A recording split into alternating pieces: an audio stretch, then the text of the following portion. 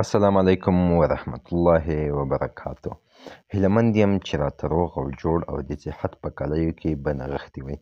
ګرانو ملګرو، نن وروسته راغلی یم تاسو ته د یوې نوې په زړه پورې او خوندورې ویډیوګانو سره. هره ورځ درته د خوندورو ویډیوګانو سره درځم. انشاءالله خپله هڅه کوم، خپل کوشش کوم هر څه چې زه په ذهن کې لرم هغه هم تر تاسو رسوم. په دې ویډیو کې درښایم چې څنګه کولی شو د یوټیوب چینل ویریفای کړو، د یوټیوب چینل جوړ کړو.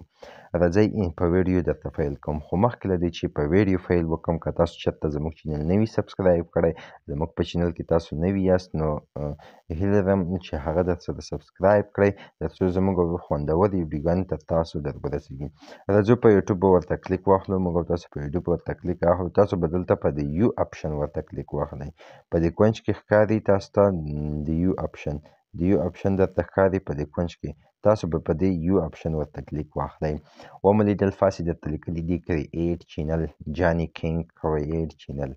تاسو به راشئ په دې کریئیټ چینل به ورته کلیک واخلئ. راځو په دې کریئیټ چینل ورته کلیک اخلو. دلته د تاسو څخه درې اپشنې غواړي. لومړی دی پکچر، چینج یور فوټو اور ټیک ا نیو ون.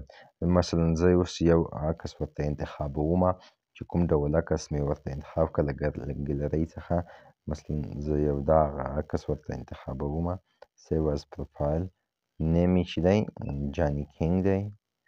جاني کینګ نه زه ورته لیکمه چې کرکټ سکیلز، کرکټ سکیلز مثلا دا مې هم ورته ولیکل. او دلته دا لینک دی بیا د یوټیوب، دا یې تاسو ته لینک درکړ. دا بیا ستاسو د یوټیوب لینک دی. د دې په واسطه هر څوک کولی شي تاسو په سرچ کې پیدا کړي.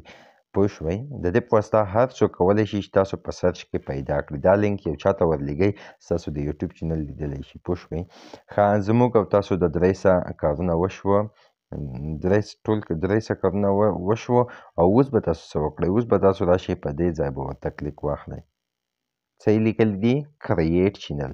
په دې کریئیټ چینل به ورته کلیک واخلئ. کله مو چې په دې کریئیټ چینل ورته کلیک واخیستم نو ستاسو د یوټیوب چینل په مکمله توګه کریئیټ شو، جوړ شو. راځو اوس یې ګورو چې آیا رښتیا جوړ دی. ومو لیدل زموږ چینل جوړ شوی دی، ویو چینل. زه دې په ویو چینل ورته کلیک واخلم. ومو لیدل زموږ او تاسو چینل هیڅ سبسکرایبر نه لري او نه ویډیو لري چې اپلوډ شوی ده، هیڅ هم نه لري.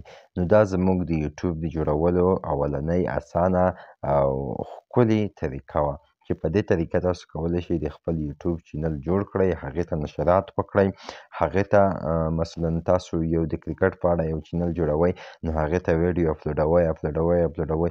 په راتلونکو ویډیوګانو کې بیا دا هم درته ښایم چې کله ویډیو اپلوډ کړو څنګه یې وایرل کړو، څنګه یې اپلوډ کړو، په کومه طریقه یې ورته اپلوډ کړو. انشاءالله دا ټولې طریقې درته ښایم. خو مخکې له دې چې زموږ د ټولو ویډیوګانو څخه تاسو خبر شئ نو دغه ویډیو هم درسره سبسکرایب کړئ، لایک یې کړئ تر څو زموږ خوندورې ویډیوګانې، هغه خوندورې ویډیوګانې هم تر تاسو در ورسیږي. نو ښه وختونه او ښې چارې ولرئ.